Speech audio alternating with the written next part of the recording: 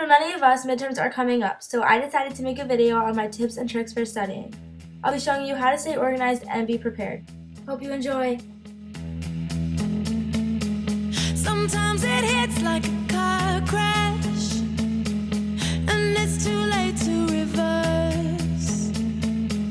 Sometimes you make me a better person, sometimes you bring out the worst.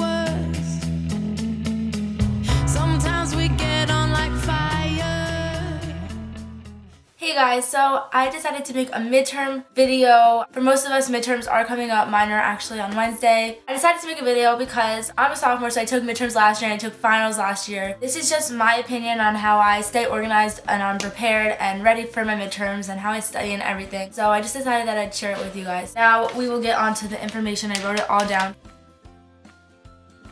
Staying organized, which is just a huge thing. How I do that is from the beginning of the year up to when like all the stuff I need to know for the midterms, I keep a big box. You can get this kind of box at like Target or Walmart or something. And in it I just kept like a bunch of packets, study guides, flashcards that I made throughout the year, worksheets and quizzes and tests that I got throughout the year. Then when it came to midterms, I took it all out. I organized it all, like what subject. I studied that. That's a good thing to do if you didn't do that up to midterms. Do that like after you take the midterm, and like when you start getting new things, keep it in a box and then take it out for finals. After you're done that chapter in class and you took a test, take it out and keep it in a folder, in a box. Keep it in like a drawer or like files.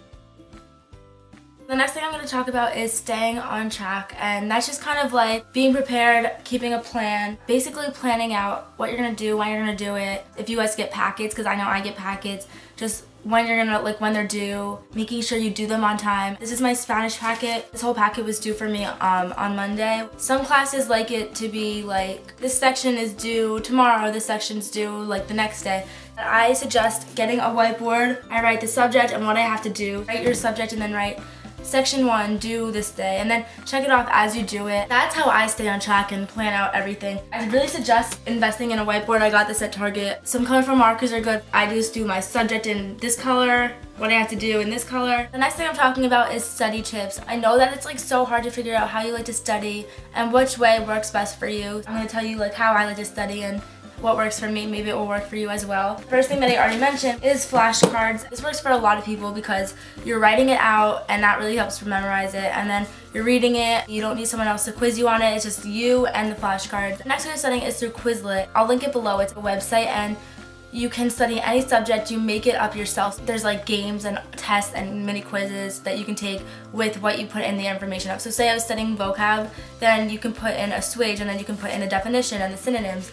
And then after you type it all in, you can play games with it, take tests with it. I did this last year and it worked amazingly for me. You can go on Quizlet and you don't have to do it yourself. Other people make Quizlets and you can use theirs. So on my midterm I have vocabulary 1 to 8. I typed in Quizlet, vocab level F 1 to 8. I found all the words and the definitions. You can like print it out like this. All the words are right here. And then my last study tip is packets. I know that not all teachers give packets. If your teachers don't give you packets, you can make them yourself. Just take your tests and past quizzes and your textbook and everything that you like and your notes, and just take it all and you can make your own questions up. By making up your own questions and then answering them, that helps me a lot. So it might be a benefit if they don't give you a packet. What I like to do is, I'll start with the first one. So abominate, to have an intense dislike or hatred. What I'll do is I'll write out the word, and I'll write like hatred, to have hatred for. And this is what I do for Spanish. After I like copy the notes and write it on the whiteboard, I'll erase it all and then I'll write like the Spanish words like bueno, siempre, and like all of my words, and then I'll try to go back and write them in English. This doesn't waste paper. Writing out things just really helps me memorize things. The last thing I have for study tips is just to figure out where you like to study. I like to lay out my things on the floor. Everything is just laid out on my floor. But if you like to study at a desk, you should study there, wherever it's like most comfortable. I don't like sitting at my desk because my computer is like right there and that just distracts me. Figure out where you like to study.